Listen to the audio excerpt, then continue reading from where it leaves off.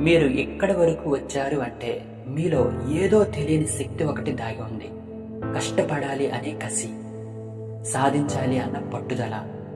అసలు జావా స్క్రిప్ట్లో ఏమీ తెలియని జీరోగా ఉన్న మీరు ఈరోజు కాలర్ ఎగరేసుకునే స్థాయికి వచ్చారు అంటే అది మీరు పడ్డ కష్టం. కష్టానికి ప్రతిఫలం తప్పకుండా దొరుకుతుంది. స్వామి వివేకానంద గారు ఒక మాట అన్నారు, విద్య జీవితానికి వెలుగునిస్తుంది. మీ జీవితంలో ఆ వెలుగు వచ్చే రోజు నా పేరు గుర్తు తెచ్చుకోండి.